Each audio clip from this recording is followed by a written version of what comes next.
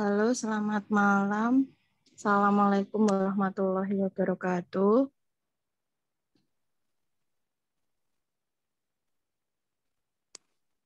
Cek. Halo, Assalamualaikum warahmatullahi wabarakatuh. Waalaikumsalam. Ya, baiklah Mas, Mbak semua. Sudah siap ya untuk pembelajaran malam hari ini? Kita akan belajar IPA tentang sistem pencernaan dan peredaran darah. Sebelum saya membahas ke materi, sebelum saya membahas ke soal, saya akan membahas ke materi terlebih dahulu. Tapi sebelum kita mulai pembelajaran malam hari ini, marilah kita berdoa bersama-sama agar pembelajaran malam hari ini berjalan dengan baik, lancar, memperoleh ilmu yang bermanfaat. Berdoa dipersilahkan.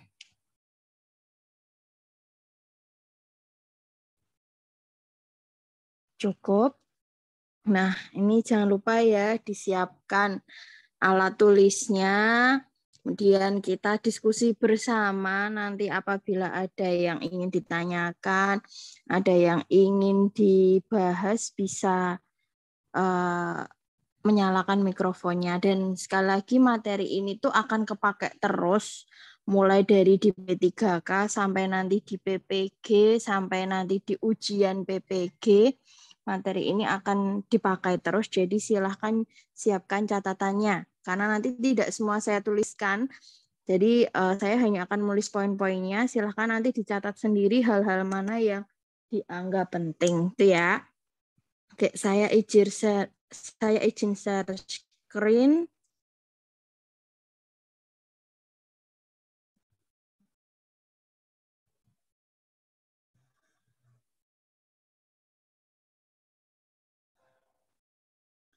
Apakah sudah nampak? Kita akan belajar tentang sistem pencernaan ya. Yang pertama tentang fungsi sistem pencernaan sendiri. Kenapa sih manusia tuh kok harus ada sistem pencernaan? Jadi sistem pencernaan itu fungsinya untuk menguraikan makanan ya. Jadi fungsi utamanya itu menguraikan makanan. Nah, makanannya ini nanti akan diuraikan baik secara mekanik maupun secara kimiawi. Nah, kenapa harus diuraikan? Penguraian makanan ini tujuannya agar dapat diserap oleh usus. Ya. Jadi nanti kan di soal ada tuh kenapa pencernaan makanan di mana ya penyerapan makanannya itu agar dapat diserap oleh usus. Nah, ini lebih tepatnya adalah usus apa yang menyerap sari-sari makanan? Ayo, usus apa ini yang menyerap sari-sari makanan? Usus halus. Iya, betul sekali ya. Jadi nanti lebih tepatnya penyerapan itu dilakukan oleh dua organ ya, Mas Mbak. Yang pertama usus halus dan yang kedua itu usus besar. Nah, pada usus halus yang diserap adalah sari-sari makanannya. Tapi kalau pada usus besar itu yang diserap adalah air ya. Sehingga kenapa tinja kita itu berupa padat karena penyerapan air terjadi di usus besar. Nah, itu ya. Dan tadi kenapa harus diuraikan? Diuraikan tadi agar dapat diserap oleh usus. Selain itu, setelah makanan terurai itu menjadi molekul yang lebih kecil, ya kan? Setelah menjadi molekul yang kecil akan diedarkan. Nah, ini akan diedarkan. Siapa yang mengedarkan? Sistem peredaran darah. Nah, sistem peredaran darah, ya kan? Sehingga di sini setelah diedarkan oleh sistem peredaran darah kemana saja? Ke seluruh jaringan tubuh. Nah, ini ya, ini kita jadi harus tahu kenapa harus ada sistem pencernaan di dalam tubuh kita. Nah, nanti ada sari-sari makanan ya yang akan diserap oleh usus. Nanti berupa sari-sari makanan. Apa sih fungsi dari sari-sari makanan itu? Nah, di sini saya jelaskan juga fungsi dari sari-sari makanan. Nah, kita makan tuh yang mau kita cari ini loh. Sari-sari makanan. Nah, itu fungsinya untuk apa? Yang pertama pasti untuk sumber energi, ya. Yang kedua adalah untuk pertumbuhan sel, ya.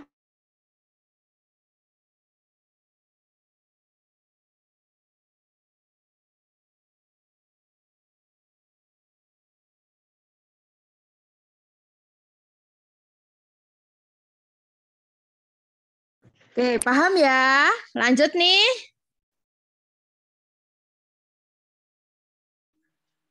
Saya jangan ditinggal tidur loh ya. Awas Lanjut, nanti Mbak. kalau meninggal tidur. Oke. Ya.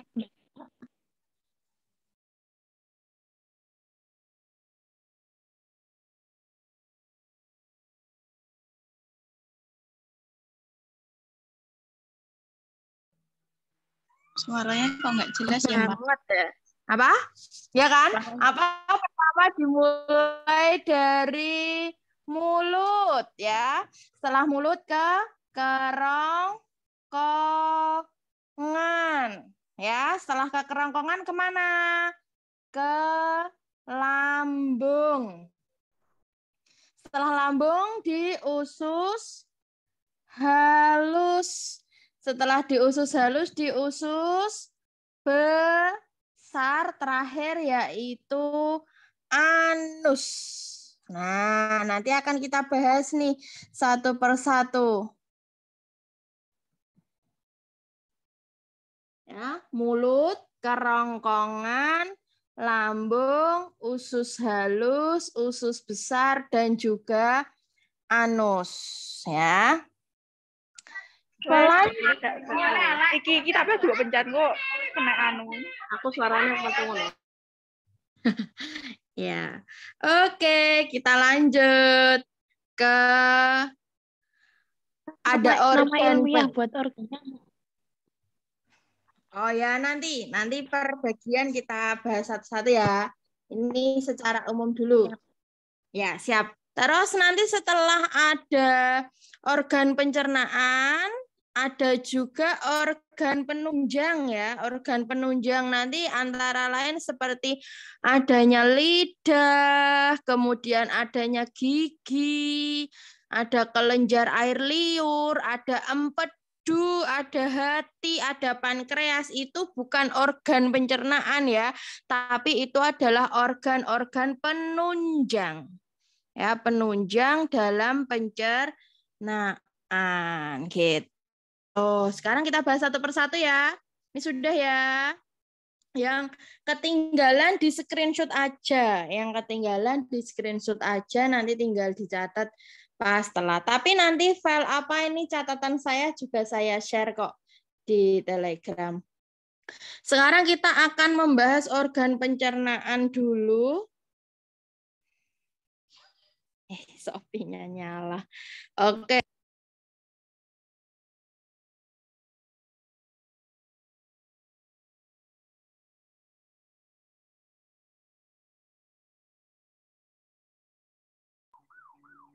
Suaranya kok hilang ya?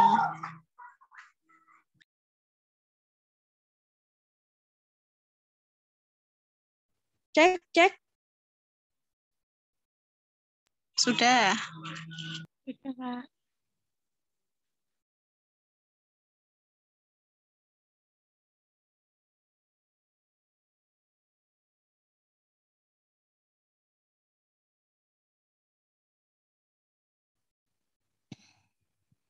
Nanti kalau nama latinnya saya agak salah nanti di di maklumi ya karena saya tuh kadang ya lupa nama latin. Tapi kemarin kalau di soal kayaknya kalau yang mulut gitu bukan tidak ke nama latinnya ya, tapi lebih ke yang nanti yang misalnya kayak lambung kayak gitu. Nah, sekarang kita mau belajar tentang mulut. Nah, di dalam mulut ada apa saja? Di dalam mulut itu nanti ada 3 hal yang harus kita pelajari. Yang pertama ada gigi, yang nanti kedua ada lidah, sama yang ketiga nanti ada ludah. ludah atau saliva.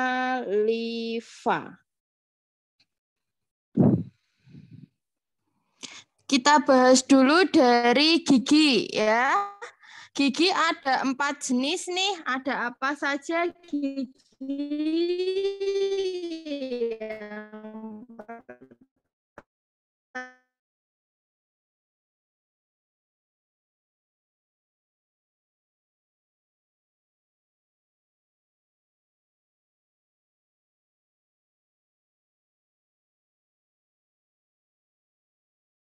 Ya, di tengah-tengah.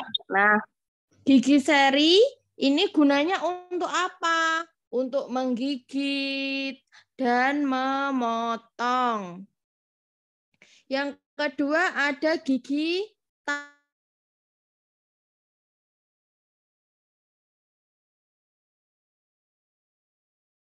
Mbak, suaranya hilang.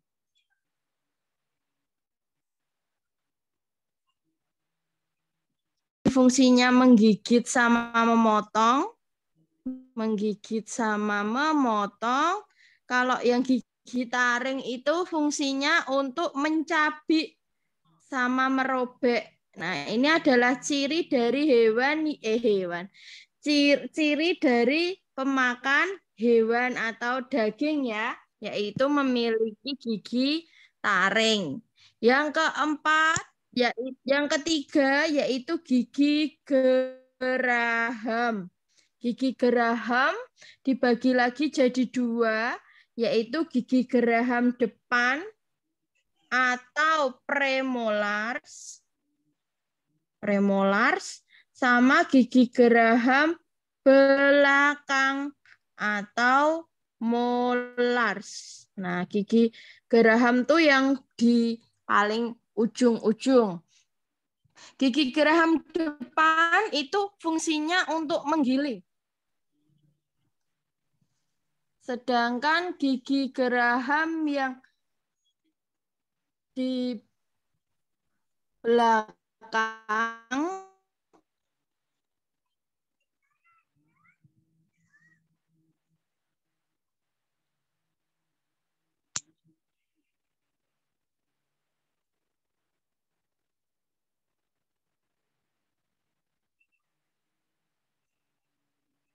ada zat yang membuat gigi kita itu keras yang disebut dengan email, bukan email.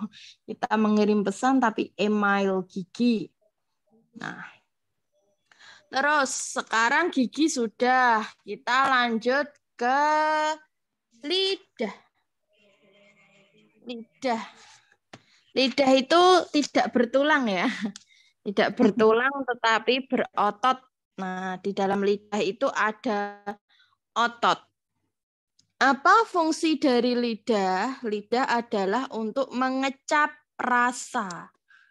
Ya kan? Rasa apa saja yang bisa dirasakan oleh lidah? Ayo. Mengecap rasa. Ada asin, ya, ada apa lagi? Manis. Mungkin manis sama apa? Asam, manis, pedas, umami. Iya. Sama umami. pahit. Iya, betul. Nah, di gambar masih ingat kalau ini saya gambar di atas ini ya. Nah, ini ada lidah. Yang paling ujung depan ini rasa apa?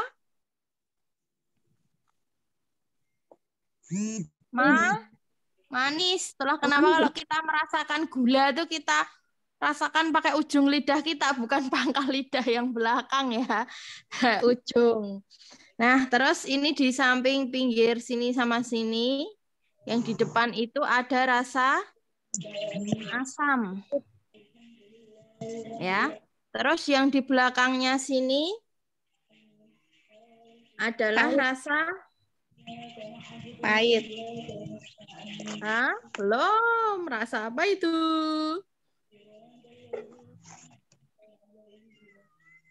Rasa apa yo? Yang sampingnya asam. Asin ya. Yang ini tuh asin.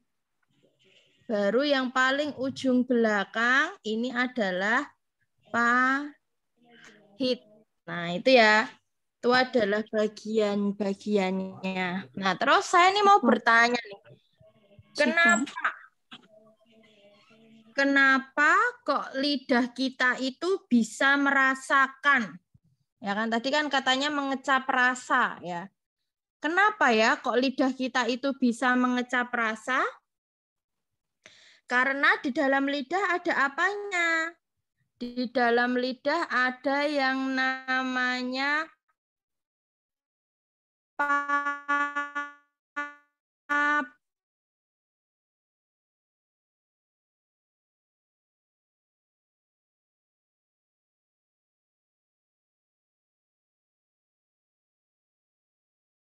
Mbak, suaranya hilang, Mbak. Suaranya hilang, Mbak. Suaraku hilang lagi ya. Cek. Sinyal, ini sinyal pasti. Sudah? Tadi saya ulang lagi. Iya, Mbak, diulang. Dari papila. Oke. Ya, kenapa tadi di dalam lidah itu bisa mengecap rasa? Karena di dalam lidah ada papila, ya. Papila itu apa, gitu kan? Papila itu di dalam papila ada kuncup pengecap atau yang disebut dengan mikrofili. Nah, ini kan saya bilang lidah itu kalau kita nanti ya ada kayak gini kan, ada kecil lah warna merah itu. Di dalam papila ada pengecap rasa yang disebut dengan mikrofili. Nah, mikrofili digunakan untuk apa? Yaitu mengidentifikasi rasa. Mikrofili ini adalah terdiri dari saraf-saraf sensoris yang akan membawa pesan mengenai rasa makanan yang kita makan ke otak. Nah, jadi mikrofili ini nanti yang memberitahukan otak, oh ini rasanya ini gitu ya. Itu adalah tugas dari mikrofili. Oke, kita lanjutkan. Nah, nanti karena ada gigi, ini membuat di dalam mulut terjadi pencernaan secara apa? Mekanik, ya kan? Mekanik itu pencernaan yang membuat ukuran makanan menjadi berukuran lebih kecil. Tapi karena adanya ludah atau saliva, nah di sini ada ludah atau saliva nanti yang membuat pencernaan makanan terjadi secara kimiawi. Kimiawi itu kalau apa? Kalau dibantu oleh enzim. Ya, saya ulangi lagi. Ada dua jenis pencernaan yang terjadi di mulut, yaitu terjadi secara mekanik. Ya kan? Karena apa? Karena ada gigi, ada lidah yang membuat makanan menjadi ukuran lebih kecil sehingga mudah untuk ditelan, ya kan? Awalnya katakanlah daging kita makan ukurannya besar, kita punya, akhirnya menjadi berukuran lebih kecil, itu berarti pencernaannya secara mekanik. Tapi kalau karena adanya saliva atau ludah yang di dalamnya terdapat enzim amilase, maka terjadi pencernaan secara kimiawi ya. Di dalam ludah atau saliva terdapat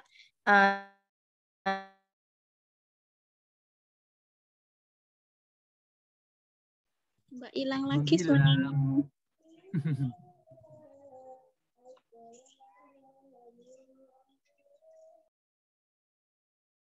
Mana fungsi dari enzim amilase? Ini adalah mengubah zat pati menjadi zat gula.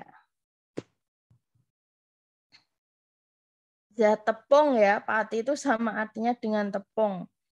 Zat tepung menjadi zat gula. Oke, dari mulut siapa yang mau bertanya dulu? Mumpung belum lanjut ke yang lain. Jadi enzim yang ada di mulut ini enzim amilase saja ya, Mbak ya? Soalnya kadang ada enzim-enzim apa itu yang masih bingung, Mbak Intan.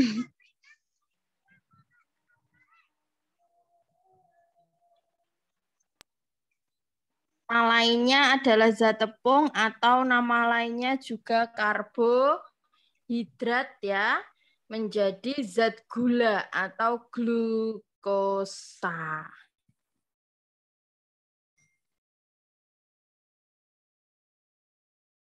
Sampai gigi, bisa lanjut? Sampai gigi, lidah dan ludah bisa dilanjutkan? Bisa.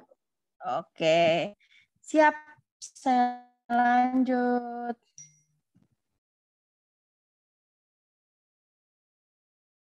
Bentar, cara menambah halaman gimana? Aduh. Sebentar nih kok nggak bisa nambah halaman ya.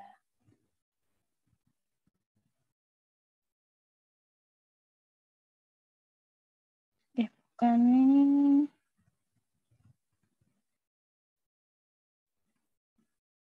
Aduh, sebentar. Tab saya agak ngeheng. Terus sambil kita lanjutkan ke kerongkongan ya. Nama lainnya adalah apa? Nama lain dari kerongkongan. Ada yang tahu nama lain dari kerongkongan?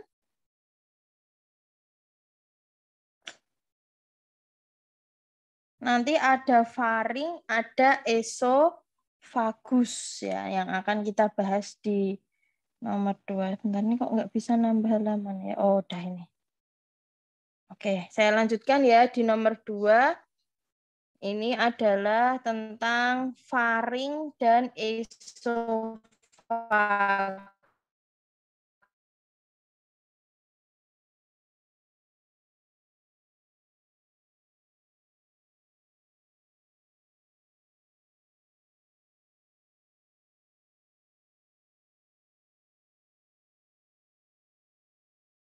Esofagus oleh siapa?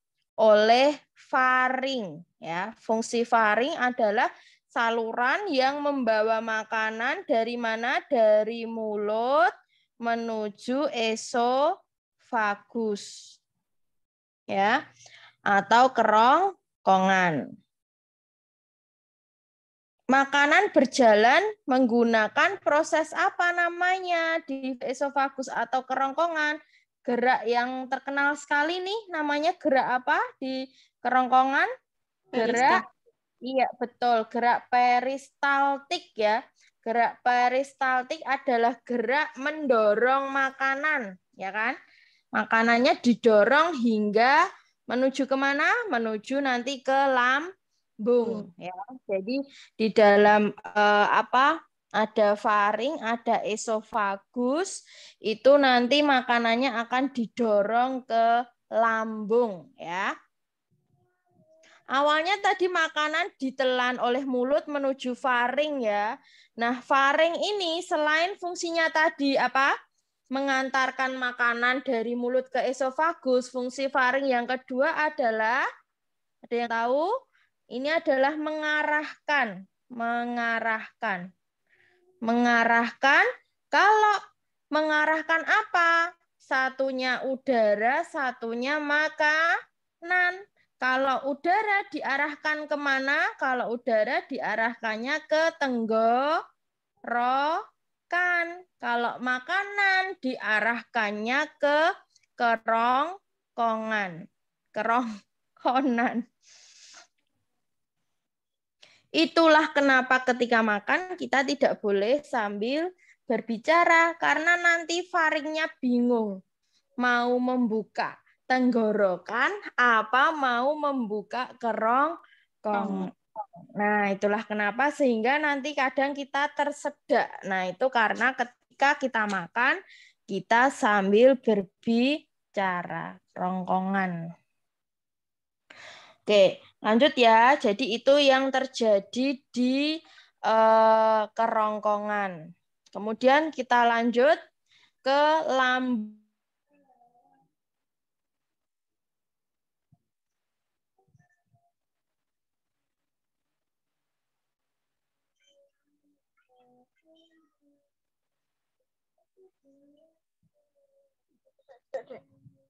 ketiga itu di lambung. Nggak bisa nulis lagi. Ini kenapa? Aduh. Udah. Yang ketiga yaitu lambung.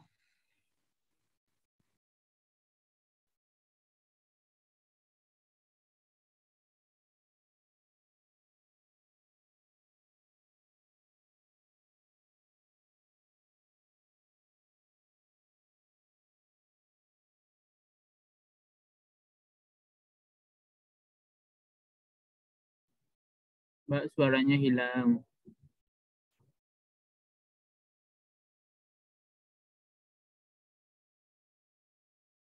Sudah bisa terdengar lagi? Ya, baru saja, Mbak.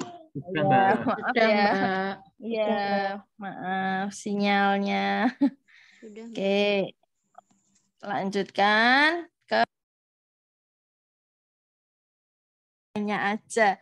Selesai jam 9 ya udah nggak apa-apa.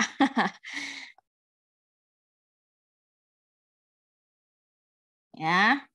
Kalau tadi sudah belajar dari mulut, kita lanjut ke kerongkongan. Yang ketiga yaitu lambung. Atau nama lainnya apa ini? Ventriculus. Ya. Ventriculus. Lambung kita berbentuk seperti huruf J ya. Di mana nanti di dalam lambung itu ada 4 enzim yang harus kita pahami ya. Ini karena sering keluar ini, makanya diberi tanda pentung. Yang pertama yaitu asam klorida.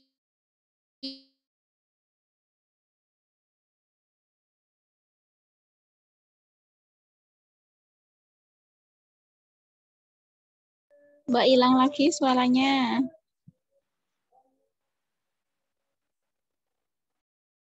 Kenapa ini? Sebentar. Saya izin mengganti dari WiFi ke data seluler sebentar ya, daripada nanti keputus-putus terus. Sebentar.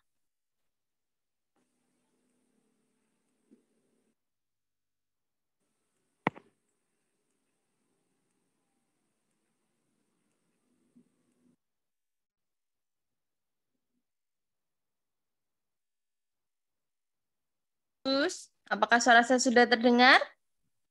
Sudah, Mbak. Oke, sip. Kita lanjut ya. Ada asam klorida, ya. Asam klorida ini kapan dia dikeluarkan si asam klorida ini? Asam klorida itu dikeluarkan ketika ada makanan masuk. Nah, jadi ketika ada, wah, aku mencium bau makanan. Nah, maka asam klorida ini akan terbentuk. Selain itu, kapan asam klorida juga terbentuk? Ketika kita stres. Ya. Jadi si HCl ini kebentuk kalau satu ada rangsangan berupa makanan, yang kedua ketika kita stres. Itulah kenapa ketika orang stres bawaannya jadi sakit mah. Nah, ini biasanya kasus yang muncul di soal. Kenapa kok bisa terjadi sakit mah ketika kita stres? Karena stres itu memicu terbentuknya asam klorida atau HCl. Sebenarnya HCl ini baik, tapi ketika jumlahnya banyak, maka dia akan menjadi hal yang tidak baik. Nah, nanti saya jelaskan ya. Fungsi HCl yang pertama adalah kayak desinfektan ya. Jadi kalau Mbak bayangkan HCl itu sama kayak kita membayangkan desinfektan. Desinfektan tuh fungsinya ngapain sih? Untuk membunuh, ya kan? Untuk membunuh bibit penyakit yang ada pada makanan yang kita makan. Nah, HCl fungsi pertama adalah membunuh bibit penyakit. Ya.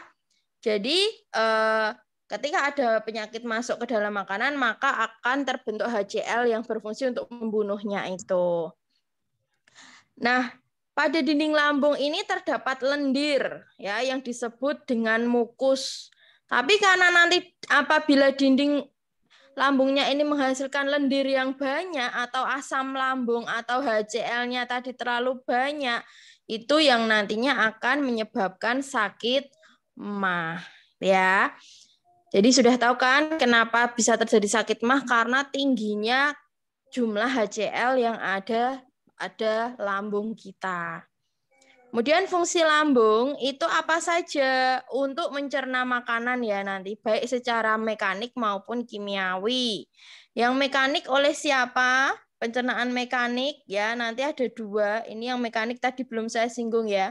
Mekanik itu dilakukan oleh otot-otot lambung. Ya, tapi kalau secara kimiawi nanti sekali lagi kalau kimiawi oleh siapa? Oleh enzim. Enzim yang ada di dalam lambung. Selain itu di dalam lambung juga terjadi gerak peristaltik sama kayak di kerongkongan tadi. Gerak peristaltiknya ini akan apa? Akan juga mendorong makanan menuju usus. Kalau peristaltiknya di kerongkongan tadi mendorong makanan menuju lambung, kalau peristaltiknya di lambung itu mendorong makanan menuju usus. Kurang lebih berapa ya? 3 jam. Ya, jadi untuk mengubah makanan menjadi bentuk bubur itu dibutuhkan waktu 3 jam di lambung. Nah, di dalam lambung ada enzim yang tadi sudah saya bahas. Yang pertama adalah HCl ya. HCl tadi yang pertama fungsinya adalah membunuh bibit penyakit. Yang kedua ini mengubah pepsinogen. Pepsinogen itu urusannya sama protein ya.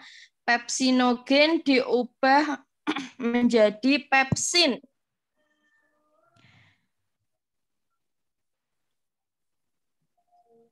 Selain itu, fungsi HCl juga, ini yang jarang ditulis, tapi untuk pengetahuan saja, merangsang bekerjanya usus, hati, dan juga pankreas. Nah, tadi kan si asam klorida ini mengubah pepsinogen jadi pepsin.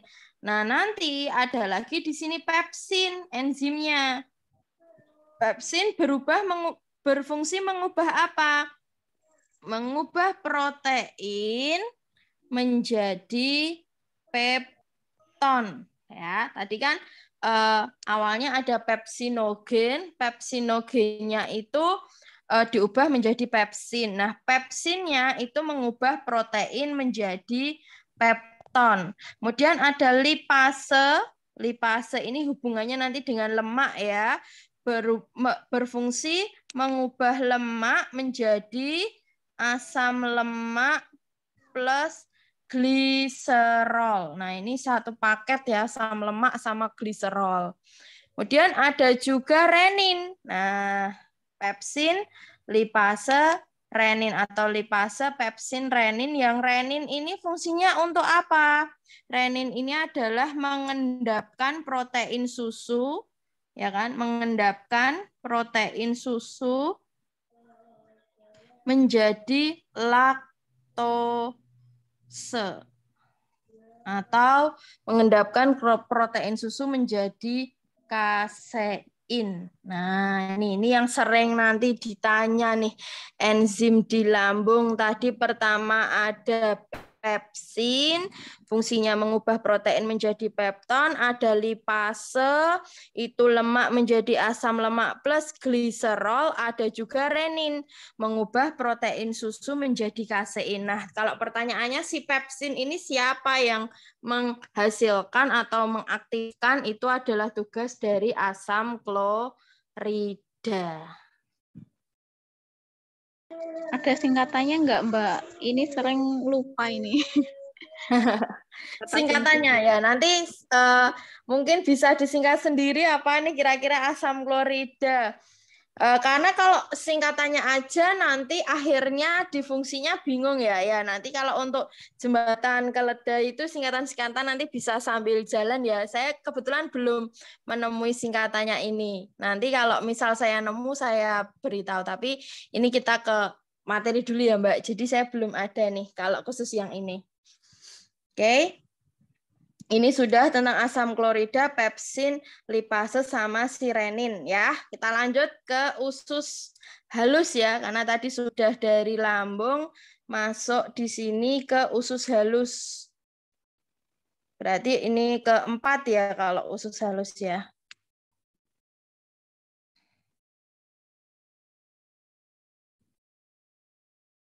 usus halus.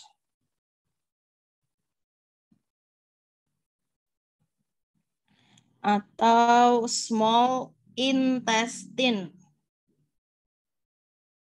Nah ini misal nanti Mas Mbak sekalian PPG itu ya ini nanti materi-materi untuk ujiannya. Small intestine. Di mana usus halus nanti ada 3 komponen ya. Ada duodenum, ada jejunum, ada ileum ya. Yang pertama ada duodenum atau nama lainnya apa? Duodenum itu adalah usus apa? Usus 12 jari ya, duodenum. Tapi biasanya lebih ke nama Latin. Yang kedua jejunum. Yang keempat, yang ketiga adalah ileum. Jadi urutannya itu dulu duodenum, kemudian jejunum, yang terakhir itu adalah ileum. Di dalam duodenum ini ada enzim pencernaan, ya. Enzim pencernaan yang dihasilkan oleh yang pertama itu kelenjar duodenal. Enzimnya yang menghasilkan, yang kedua yang menghasilkan yaitu pankreas. Jadi di dalam duodenum itu ada enzim yang dihasilkan oleh duodenal sama pankreas, ya. Serta yang ketiga juga ada enzim yang dihasilkan oleh kantung empedu. Nah, jadi ini kerjasamanya nanti di sini. Kenapa pankreas empedu itu disebut organ pelengkap pencernaan? Karena mereka menghasilkan enzim. Nah, yang pertama dari pankreas ya. Pankreas ini nanti mengeluarkan enzim-enzim yang dapat menguraikan lemak, protein, karbohidrat, sama asam nukleat. Nanti saya bahas di pankreasnya. Kemudian di empedu ini yang menempel pada hati ya, yang bentuknya kecil itu. Nah, fungsinya apa? Menyalurkan cairan empedu dan hati ke duodenum. Nah, empedu ini menyalurkan cairan ya. Cairan apa?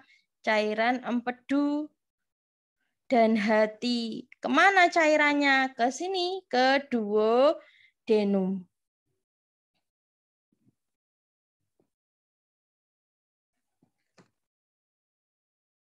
Ya.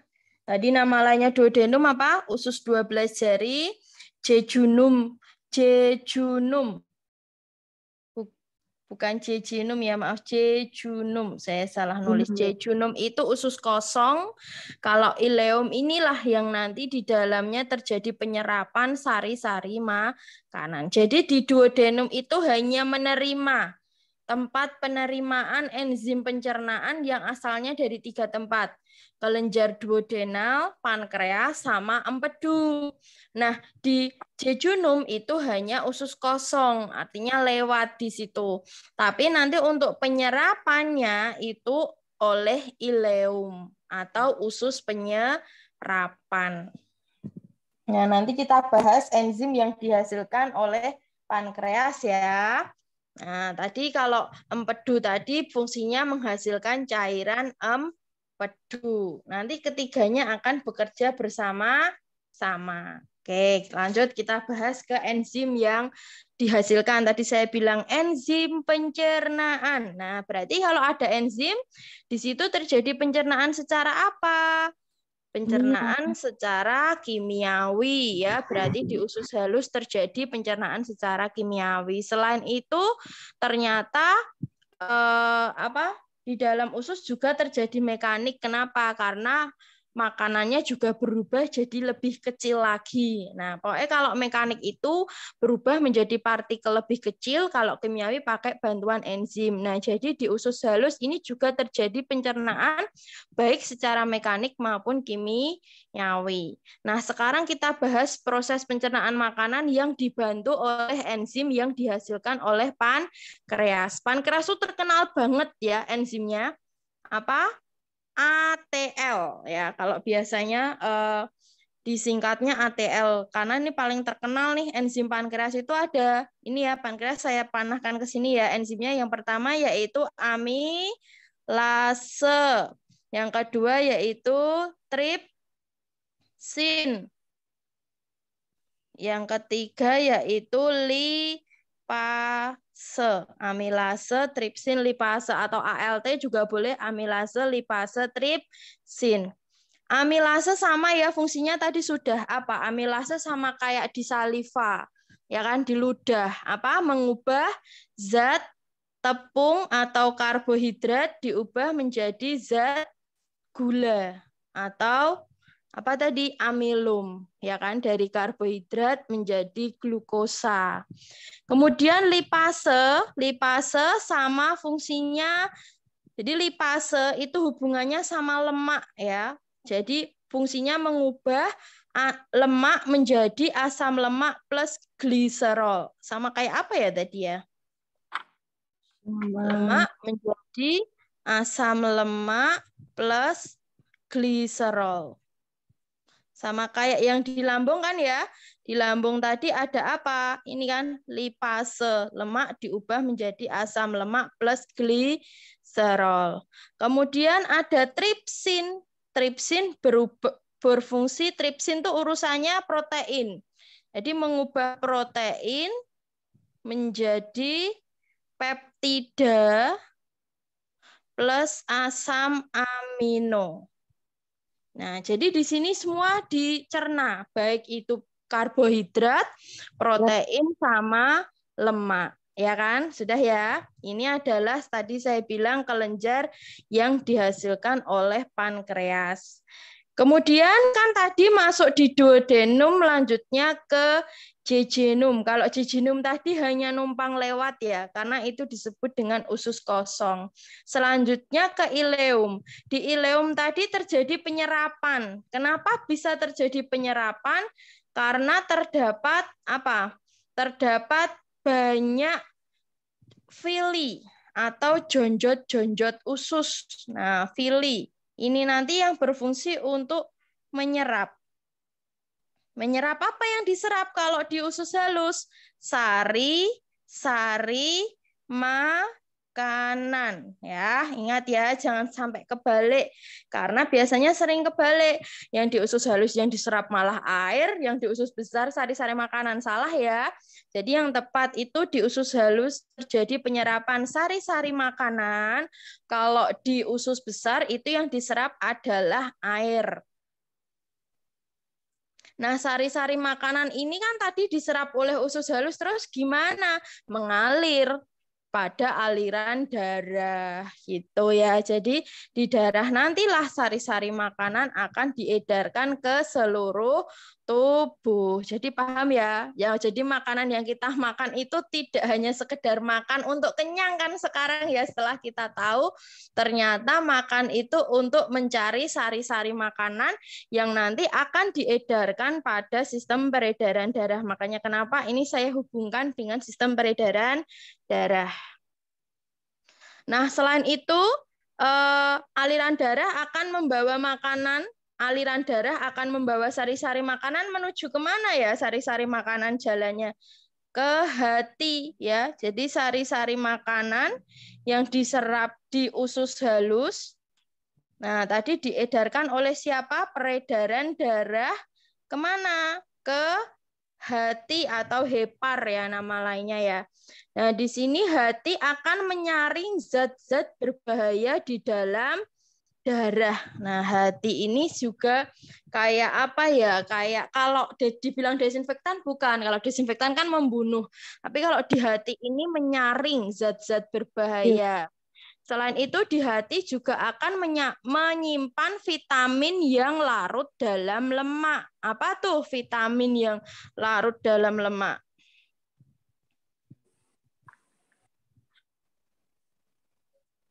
ADEK ya, disingkat ya. A, D, E, dan K.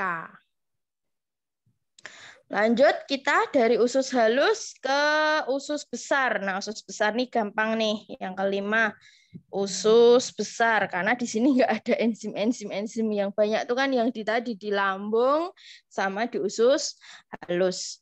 Nah, di usus besar terjadi penyerapan ya. Nama lainnya usus besar adalah kolon. Kolon ini nanti ada 3 jenis ya. Ada yang naik atau ascending. Nah, ini kenapa ini kalau ibu-ibu mesti tak pernah nih memijat anaknya yang nggak bisa BAB. Nah, yang nggak bisa BAB kan anaknya memijatnya gini kan ya, Bu. Ya, kalau bapak-bapak mungkin nggak pernah ini mijit anaknya yang baru nggak bisa diare. Karena kayak anak saya itu juga sering diarenya itu nggak lancar. Nah, ini dipijat seperti huruf U terbalik. Ini kenapa? Ini karena kerja dari si usus besar. Ya, kerja usus besar ada 3. Yang pertama tadi naik atau ascending, kemudian yang datar ini transverse, dan yang turun ini descending. Nah, sehingga nanti ini diakhiri nanti di mana? Di anus. Ya, jadi tadi di usus besar ada 3 bagian usus besar itu. Yang pertama ada ascending atau naik, transfer itu datar, descending itu turun. Di descending diakhiri dengan rektum, ya, rektum atau anus, tempat pembuangan feses atau tinja. Di usus besar terjadi apa? Penyerapan air. Nah, ini hubungannya sama penyakit apa di sini? Diare, ya kan? Kalau diare itu kenapa kok terjadi diare? Karena penyerapan airnya tidak berjalan dengan sempurna. Sehingga terjadi air yang berlebih. Air yang berlebih inilah yang menjadikan kita diare.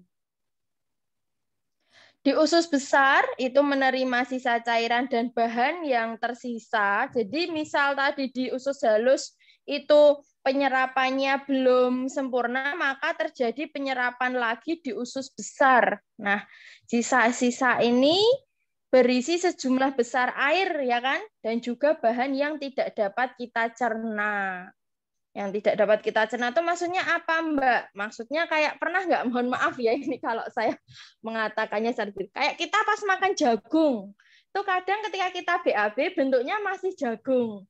Terus kita habis makan sayuran, kadang apa kayak daunnya kan ada yang masih belum tercerna dengan sempurna. Nah, itu yang saya maksud di sini dengan sebagian makanan yang tidak dapat dicernakan. Biasanya berasal dari selulosa tumbuhan. Nah, itu kenapa?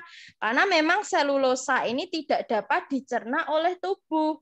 Ya, jadi yang tidak dapat dicerna tadi namanya selulosa, yang kadang bentuknya nanti masih utuh.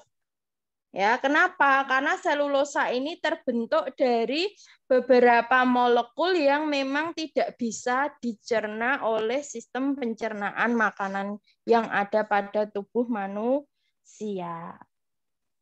Nah, biasanya selulosa ini akan hancur oleh adanya bakteri di dalam usus besar kita. Nama bakterinya terkenal sekali ini, apa nama bakterinya? Di dalam usus besar, Escherichia coli atau ya disebut dengan E. coli, ya kan? Nah, E. coli inilah yang nanti fungsinya untuk menyerap zat atau sisa-sisa makanan yang tadi belum terserap di usus halus. Itulah kenapa disebut ada bakteri baik ya, karena menghasilkan jutaan bakteri kan ya. Escherichia coli ini dia adalah jutaan bakteri yang mengambil makanan yang tidak dicerna tadi, yang tidak dicerna pada usus halus. Pada saat yang bersamaan mengeluarkan yang dihasilkan di E. coli ini hal-hal yang memang nanti tidak menguntungkan bagi manusia. Dia bakteri baik. Nanti kalau ada soal terjadi simbiosis apa, simbiosis itu hubungan makhluk hidup ya. Terjadi simbiosis apa antara manusia dan E. coli? Jawabannya adalah simbiosis Mutualisme. Menguntungkan ya. E. coli mendapat makanan dari usus besar manusia dan usus besar manusia diuntungkan karena dibantu proses pembusukan dan menekan pertumbuhan bakteri jahat ya. Nah, fungsi utama usus besar tadi saya bilang ada proses penyerapan air. Selain penyerapan air, fungsi usus besar adalah menghasilkan tinja atau feses ya. Nah, ternyata air ini nanti juga hubungannya dengan dehidrasi ya, dehidrasi kekurangan cairan. Kalau terjadi kekurangan cairan atau kehilangan cairan, maka yang terjadi dengan tinja kita apa? Kita akan konstipasi atau sembelit karena kekurangan cairan. Tapi kalau terlalu banyak kita mengkonsumsi cairan atau mungkin memakan makanan yang pedas. Nah, itu kadang menyebabkan diare karena yang diserang itu adalah usus besarnya. Oke, sampai sini tentang mekanisme pencernaan makanan yang ada di organ-organ. Nah, sekarang kita mau mereview ya. Kalau review itu sudah nggak nyatet lagi tapi sambil ngobrol ya. Jadi ada pencernaan mekanik, ada pencernaan kimiawi. Pencernaan mekanik terjadi di mana saja? Di mulut, Di sama di mulut, lambung. ya. Terus di mana?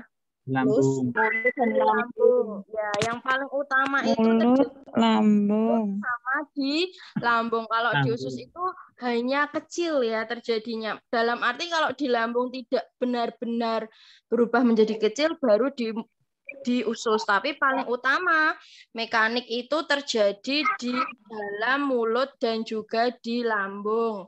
Nah, kemudian di dalam mulut tadi kenapa terjadi pencernaan mekanik? Karena gigi, fungsi dari gigi dan juga lidah, ya kan? Di mana ada gerakan meremas-remas makanan sehingga ukurannya menjadi lebih kecil. Terus ada juga di lambung. Di lambung digerakkan oleh otot-otot dalam lambung ya, yang kita juga bisa sebut dengan gerakan peristaltik. Nah, tadi di gigi ada 3. Nah, tadi yang tertinggal sambil dilihat-lihat lagi ya, ada gigi seri atau incisor, fungsinya untuk memotong makanan. Ada gigi taring atau kanine, fungsinya adalah mencabik-cabik atau mengoyak makanan. Yang ketiga gigi geraham, ada premolar dan molar ya. Premolar itu bagian depan, molar bagian belakang, fungsinya untuk melumatkan makanan. Selanjutnya pencernaan kimiawi. Kimiawi itu dibantu oleh enzim. Dimulai dari mulut ya tadi ya, di mulut dibantu oleh enzim namanya enzim amilase.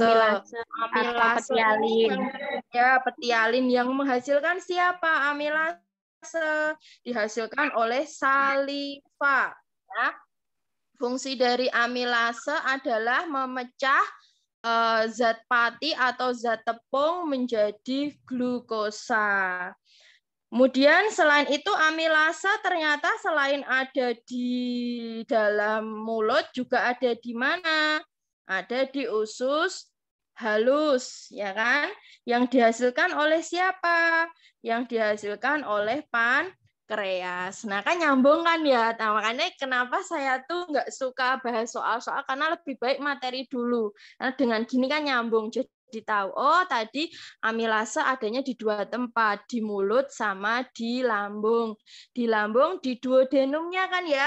Nah, di duodenum tadi yang menghasilkan siapa? Pankreas. Paham ya?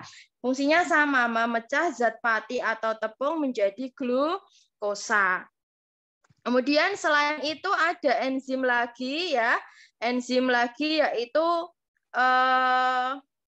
protease. Tadi protease belum saya tulis ya. Protease ya.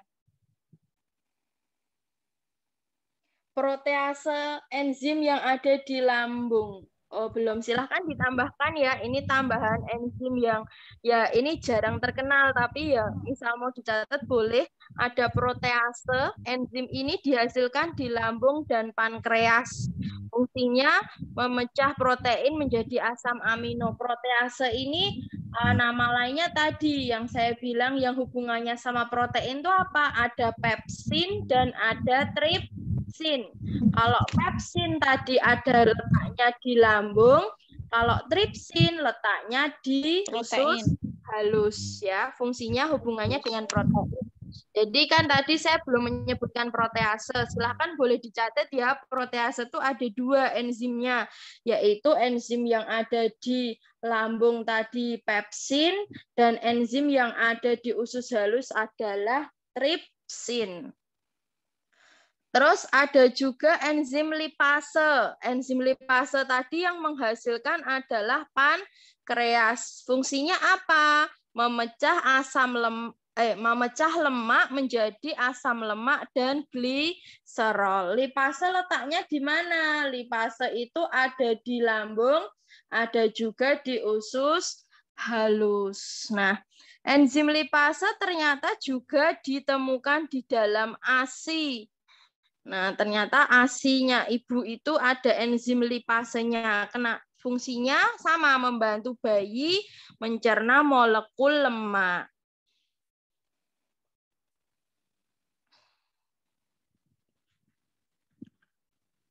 Oke, saya minum sebentar ya.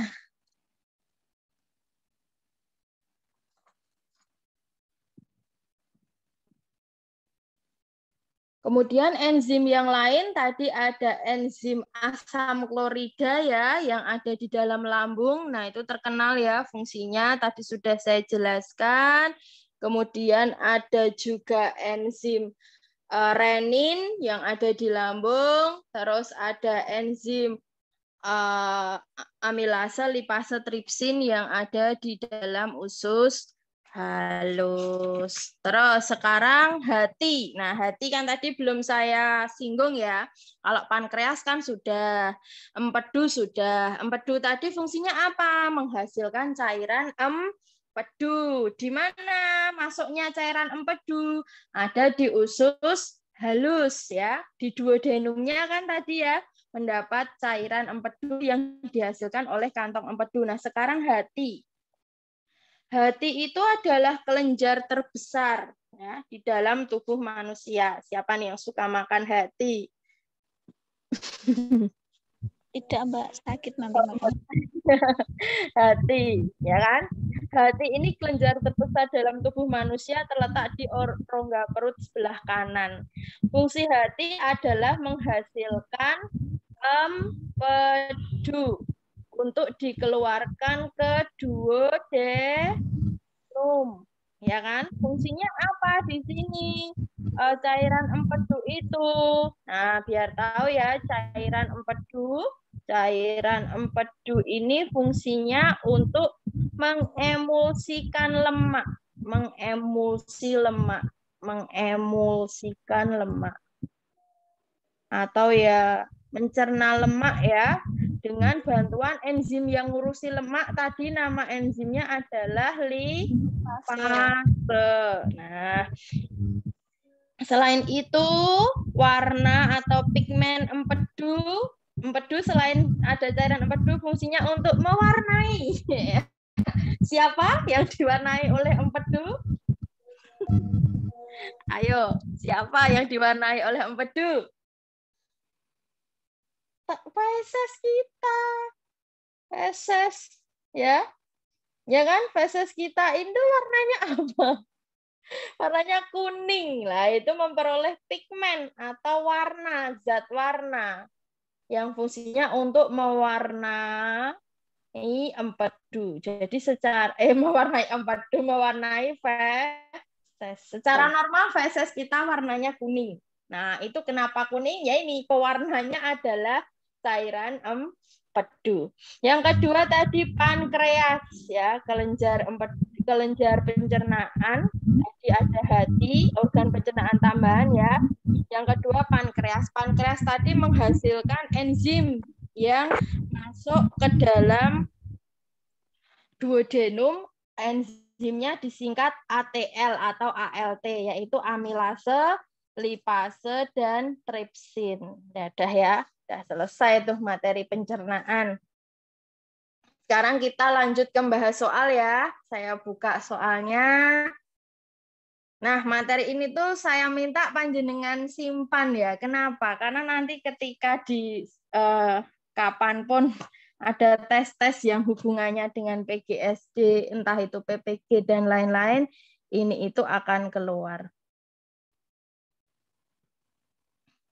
Saya buka dulu materi yang malam ini.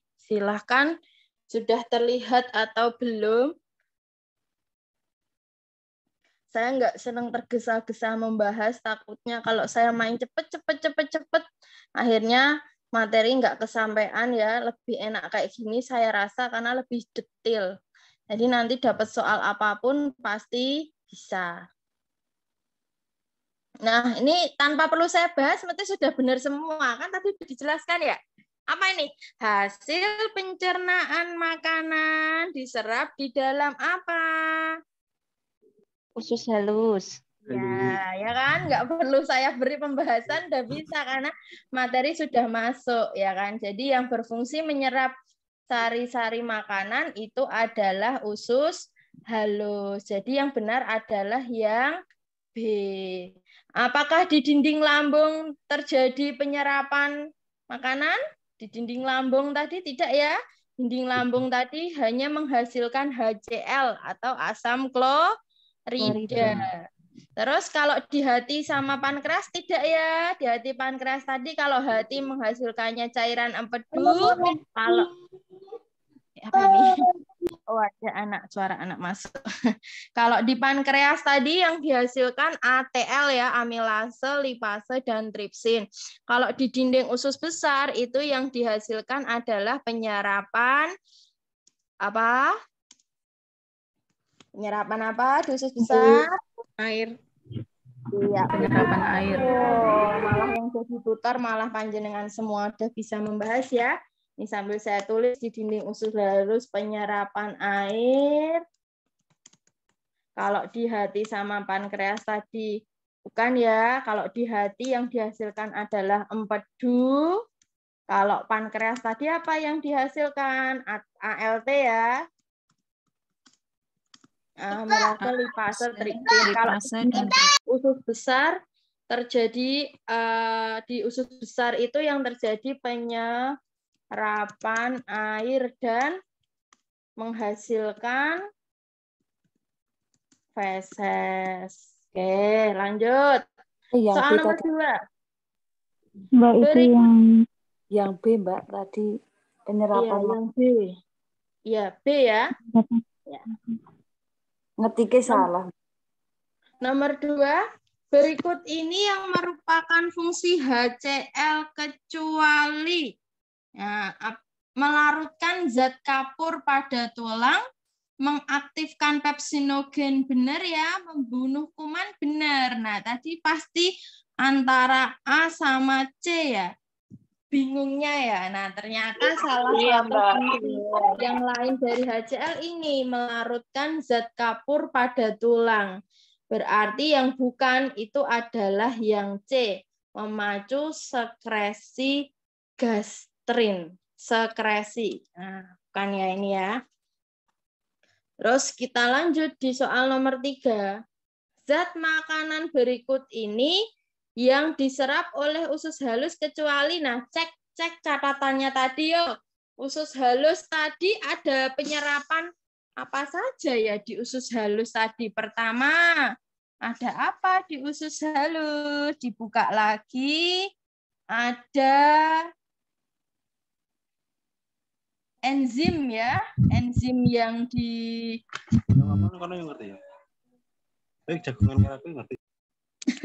Iya, yang di usus halus tadi yang pertama ada Amilase, lipase, dan tripsin. Amilase fungsinya mengubah zat tepung menjadi amilum. Kemudian lipase asam lemak menjadi gliserol. Nah, berarti ini gliserol benar kan ya? Ini asalnya dari asam lemak. Dari lemak menjadi asam lemak plus gliserol. Kalau si asam amino siapa ini? Tripsin ya.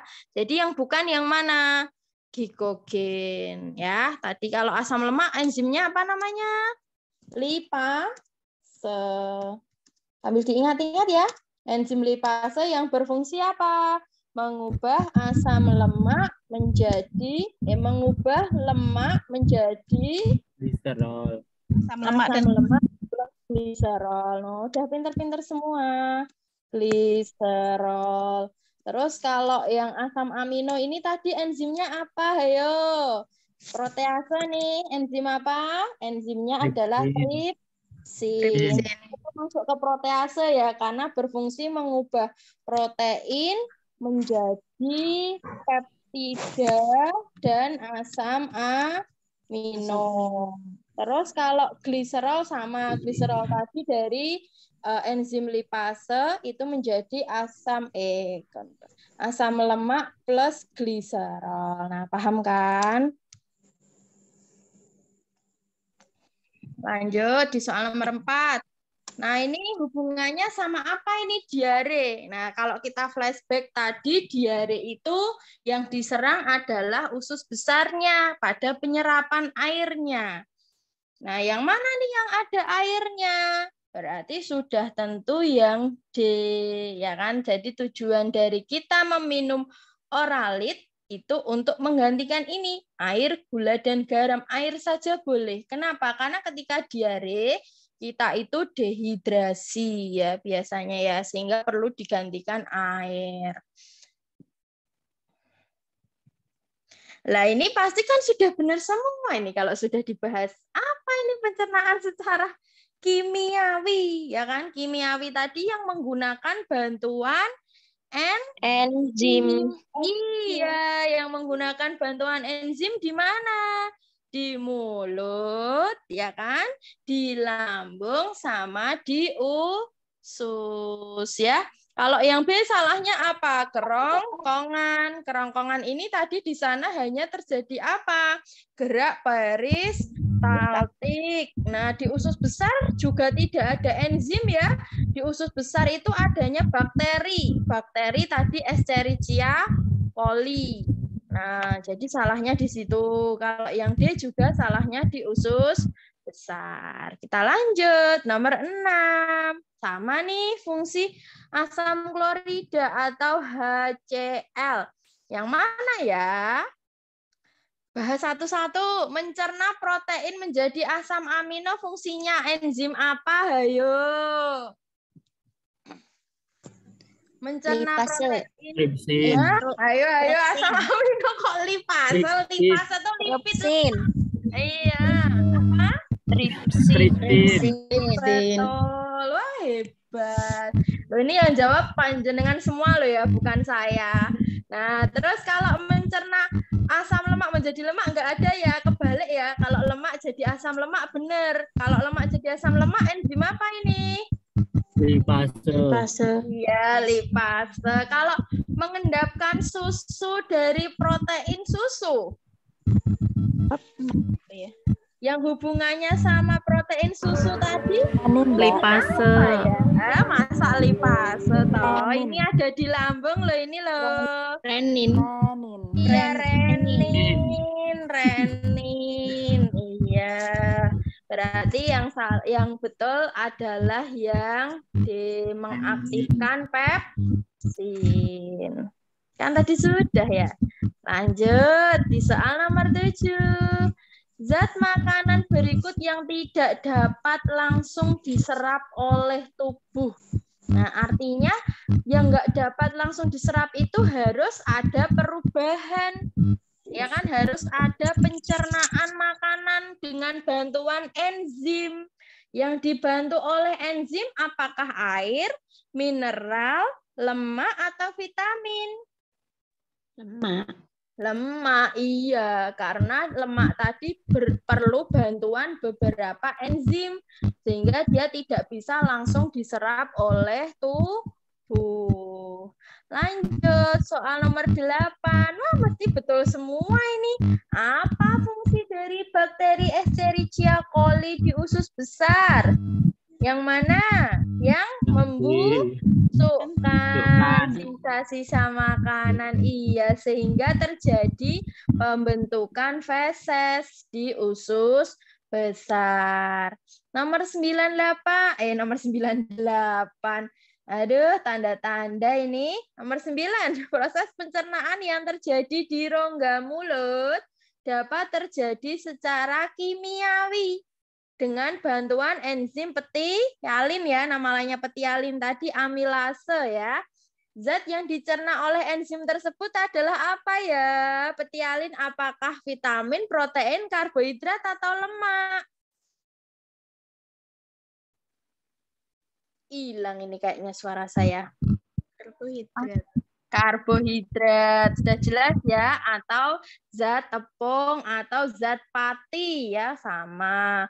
Terakhir nomor 10 nih ya, yang tentang pencernaan ya.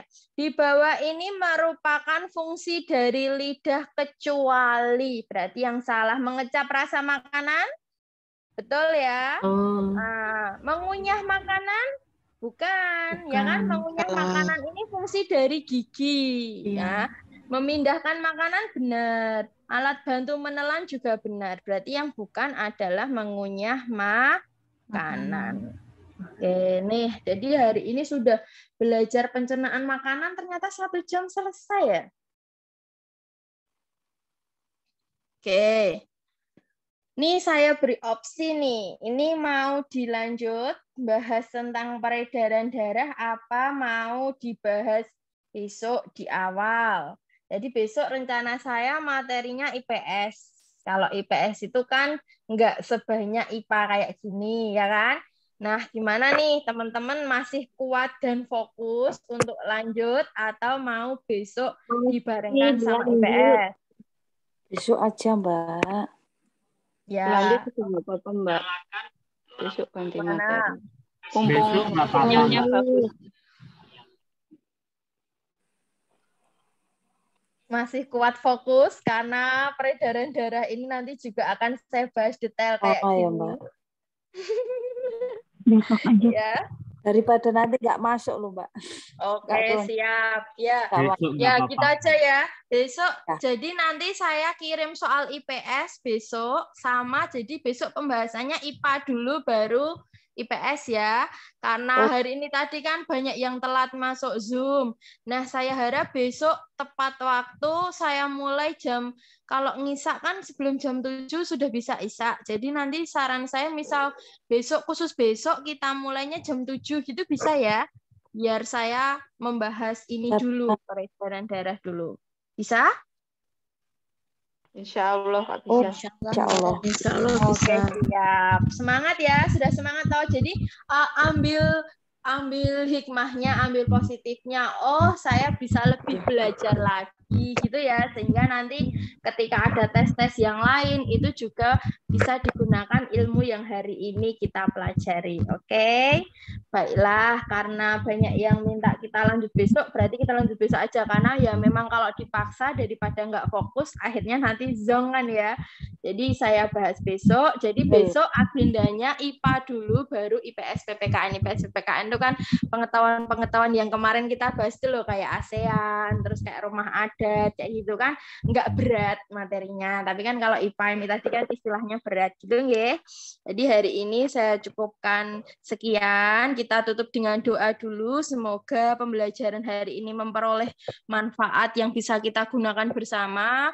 Bapak Ibu semua lolos PPPK tahap 2 dengan nilai yang maksimal. Kita berdoa bersama, berdoa dipersilahkan.